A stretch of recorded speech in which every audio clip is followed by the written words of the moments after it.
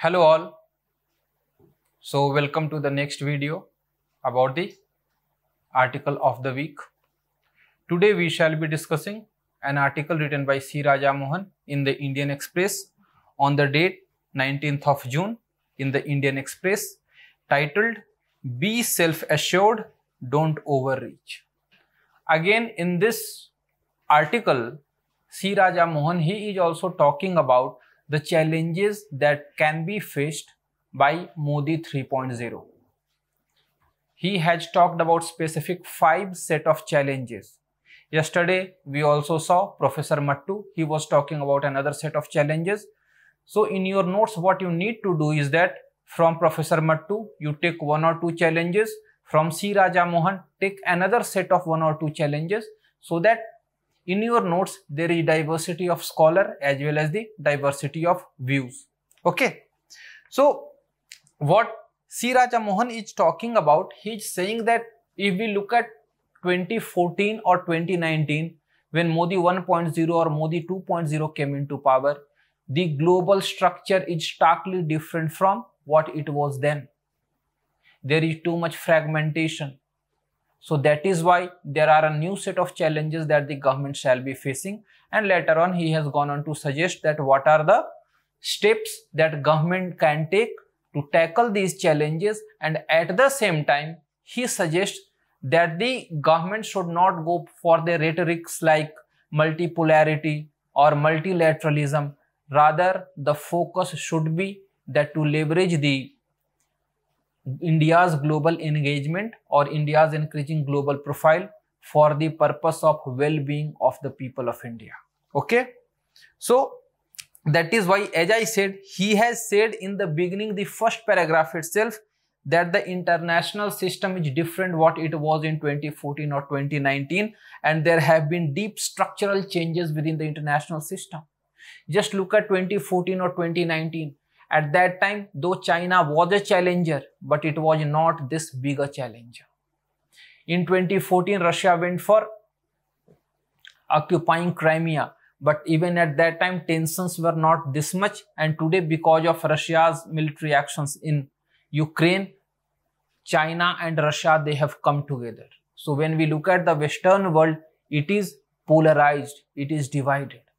On the other hand, whether it is in the West or it is in the Indo-Pacific, the tensions are continuously increasing. With respect to China, we can see that there are multiple sanctions and counter sanctions. With respect to Taiwan, there is another set of uncertainty. So that is why he is suggesting that there have been deep structural changes in the global order, and that is why all these structural changes will bring in new set of challenges for Modi 3.0, that is the present government. And he has given some specific set of suggestions. The first challenge that he talks about is the return of great power rivalry, which means USA and EU on the one side and Russia and China on the other side. And he has said that this great power rivalry has upended the order what it was in 1991. You know that prior to 1991, it was the Cold War, and it was USSR on the one side and USA on the other side. And after the world became unipolar, after the end of Cold War, he means to suggest that India had a greater option. Because at that time, the tensions between Russia and the USA were not that much. Even China was going along with USA. So that is why India had this luxury to go from non-alignment to strategic autonomy. But he has gone on to say that if we talk about what is that strategic autonomy or non-alignment, which is now being talked about like multi-alignment. He is saying that multi-alignment itself is problematic. Reason being, multi-alignment gives a sense that we are at equidistant, we are equal in engaging with all the major powers. But the fact is not so. Reason being, today the conflict between the major power that is more intense, whether it is Russia and USA or China and USA. And in such a scenario, there is a zero-sum situation. In political science and international relations, in the theory of IR, you read about in game theory, that is zero-sum game. Zero-sum game means either you are with us or against us, and that is the scenario today. When we are looking about Russia's military action in Ukraine, USA is talking about democracy. So the way USA is putting it, that is either you are with democracy or you are not with democracy, that is you are with authoritarian regimes, and on that basis USA wants that India should side with USA. On the other hand, Russia also wants that India should side with it. So that is why the conflict between the major power that is far more intense. And next he suggests is that there is no symmetry in engagement. So naturally, the nation with which our engagements are far more deeper, the other group, it will think that India is going along with that particular group. For example, he has given the example of USA, that when we talk about tech cooperation with USA, it is far more deeper. On the other hand, when we are talking about Russia, with Russia we have got very deep military cooperation, right? But now we have gone on to diversify our military engagements. On the other hand, when we look at China, China के साथ क्या issue है? China के साथ हमारा we saw कि 2023 में क्या हुआ, चाइना हमारा बिगेस्ट ट्रेड पार्टनर बन गया. At the same time China के साथ we have got border disputes, the relations are not normal. So that is why this is creating challenges, and in such a scenario what C. Raja Mohan suggests is that multi-alignment is not something you can continuously harp on, and this can be quite troublesome. क्योंकि बाकी जो Nations हैं, अगर USA के साथ we have seen कि हमारा relation बहुत ज्यादा डीप है, तो उसके कारण फ्रिक्वेंटली क्या होता है, चाइना तो कंसिडर ही करता है कि India is sitting in USA camp. At the same time Russia can also consider the same.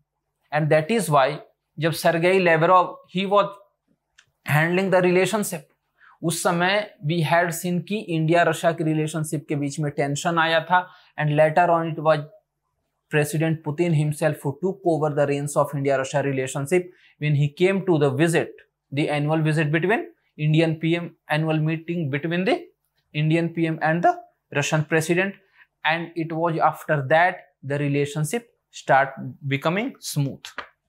And next challenge that he suggests is that logic of geography. He says कि when we were talking about Cold War, उस समय USSR और USA के बीच में tension थी, लेकिन आज के डेट में क्या है, China is a key player, China is a major power, जिसके साथ कि हमारा खुद का भी एक बॉर्डर टेंशन है. तो इस बॉर्डर टेंशन से आप कैसे निकलोगे? Because no matter, even if you want to normalize your relation with China, but border tension will continue to be there. Moreover, अगर हम USA के नजदीक जाते हैं, China, we have got a neighbor in the form of China, जो कि एक revisionist power है. So this is another challenge. And then he says that because of all this, the space for navigation, it is getting limited and it is shrinking. क्योंकि क्या हो रहा है, जैसे जैसे इंडिया का स्टेचर ऊपर बढ़ रहा है, बाकी जो देश हैं दे वांट कि India should take some very clear positions. लेकिन ऐसे में अगर इंडिया क्लियर पोजीशन नहीं लेता है तो पहला तो क्वेश्चन मार्क यही उठेगा ना, India perhaps India is a reluctant power, India does not deserve to be that major power, that great power. So इसीलिए ही सजेस्ट कि वो जो स्पेस है ना for navigation, it is continuously shrinking. And then he has gone on to make a suggestion that what you should do. आप क्या करना, मैंने सजेशंस को सेपरेटली हर एक चैलेंज के साथ सजेशन लिखा है, आप इस सजेशन को अपने नोट्स में एक साथ लिख लेना, और इसी में से एक या दो आप अपने आंसर में any time you can use it. Okay. He has said that India needs to make its choices based on cold calculations rather than ideology or rhetoric. जैसे कि मल्टीपोलैरिटी, मल्टी अलाइनमेंट। तो इस मल्टी अलाइनमेंट या multipolarity के चक्कर में आप ऐसा नहीं कर सकते ना कि you are distancing yourself from USA और you are getting yourself closer to China और getting yourself closer to Russia. What C Raja Mohan suggest is that कि whatever choices India makes it has to be based on cold logic, cold calculation. इसका मतलब क्या है? He is talking about realpolitik. तो यहां से आप ये एग्जांपल उठा करके पेपर 2A में भी दे सकते हैं। ठीक है। Next challenge that he suggest is that global economic structure. We know कि since the Washington consensus continuously there was an era of globalisation, लेकिन रिसेंटली आपने देखा होगा जेक सुलिवान का एक स्पीच था जिसमें उन्होंने बात की है न्यू वॉशिंगटन कंसेंसस की, राइट? और इसके साथ उन्होंने एक और टर्म का यूज किया था, क्या? फ्रेंड शोरिंग का। सी राजा मोहन वही एक्सप्लेन कर रहे हैं कि we were talking about economic globalization, but today the situation is geopolitics of economic और जियोपॉलिटिक्स ऑफ ग्लोबल इकोनॉमी। मतलब कि whatever economic engagements that we are looking at, that we are talking about, it is continuously being seen from a geopolitical lens. For example, when you are looking at the US is putting sanctions regarding not just chips being sent to China, but also the technology, which is the US technology, even if that is being used for production of chips, on that also US is imposing sanctions.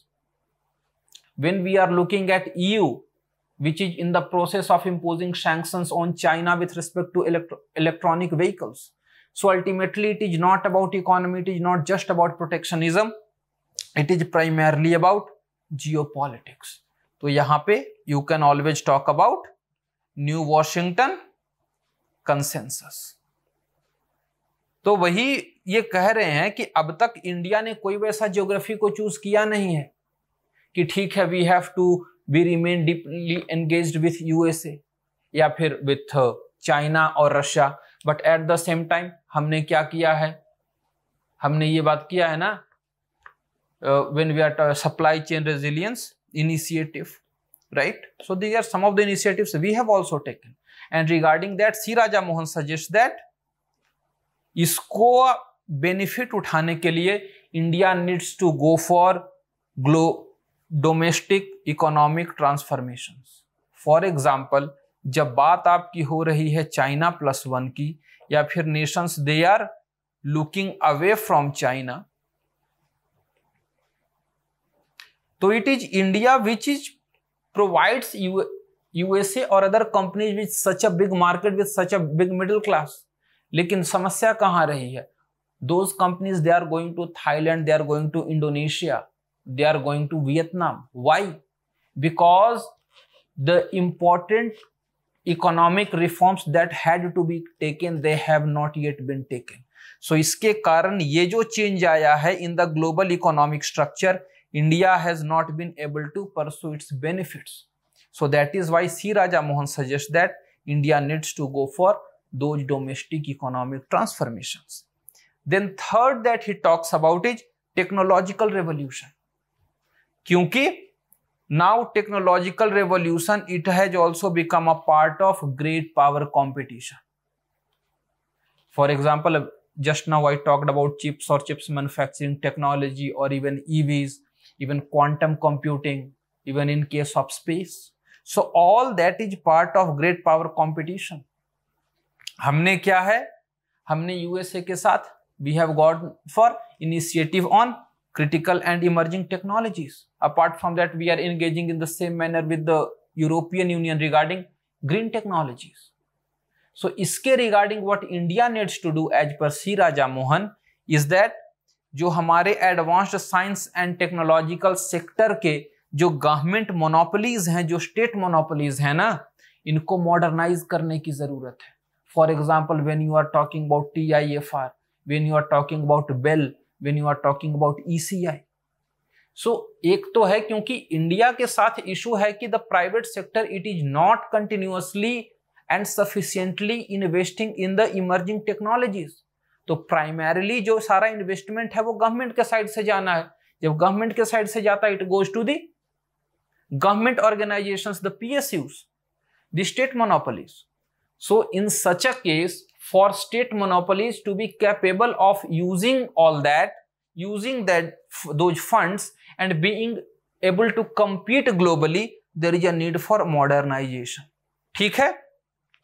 Next, he suggests that the old idea of geography, whether you talk about ASEAN, that is Southeast Asia or Central Asia or West Asia, those ideas are continuously being challenged and now there are some new ideas of geography. For example, when you are talking about Indo-Pacific, imagine the expanse of Indo-Pacific, Pacific Ocean, then Southeast Asia, then whole of Indian Ocean, which also includes South Asia.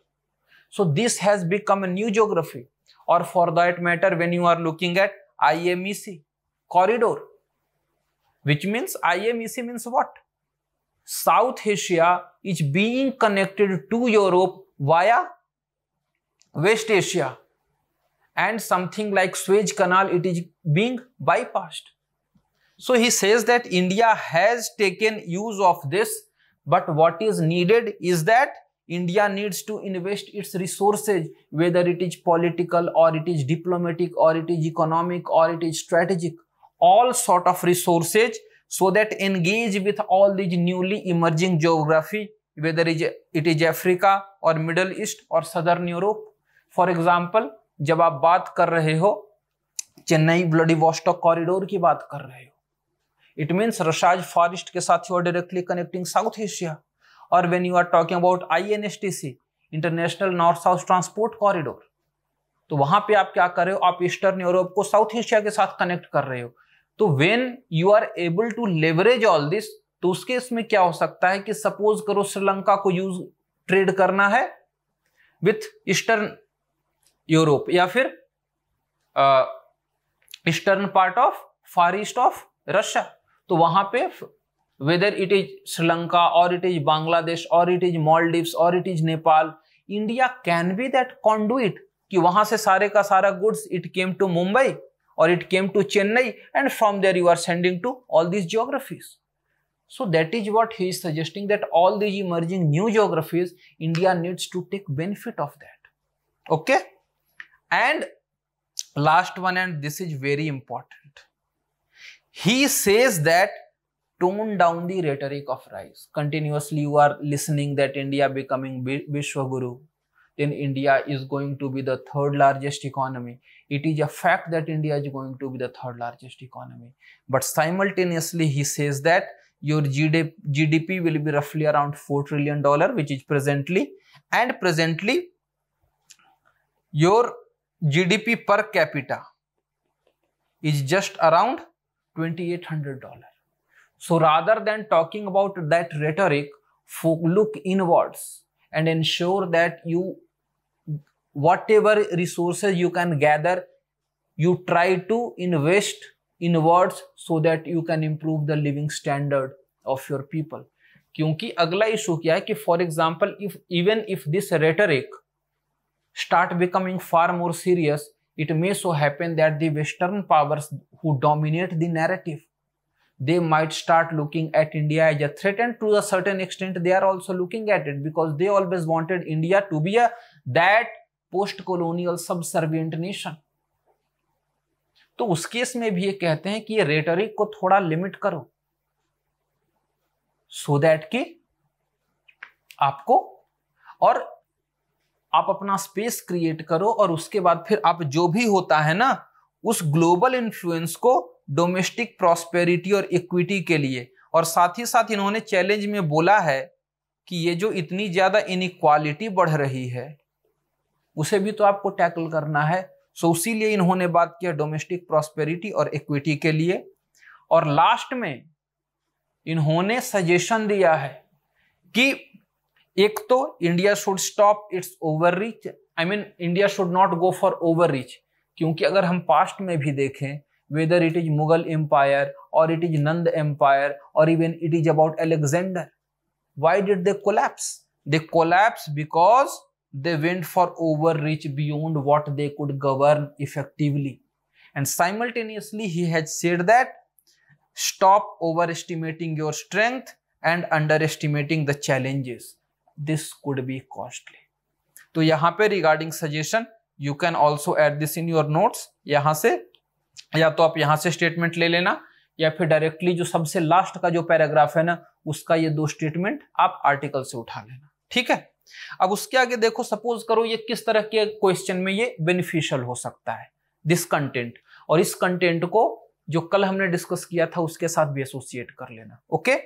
For example, suppose a question is what are the challenges that India faces in contemporary global order, या फिर what are the challenges that India faces in achieving great power status. यहां पे ये 5 सारे आप लिख दोगे, then you can add suggestions. और 2015 का एक 20 मार्कर था, उसमें फर्स्ट पावर तो था about the India's vision of a new world order, और सेकेंड पार्ट था what are the policy initiatives taken by India and what are the challenges faced by it. तो ये जो चैलेंजेस फेस्ड बाय इट है, उसमें आप 5 में से 2 या 3 point you can always right, ठीक है। So that's all for today's discussion. And yes, some students they had asked for this PDF, so I shall be putting it in this note in the drive just below the video. You can get it from there, you can download this note from there if it is beneficial for you, okay. So that's all for today. Thank you very much.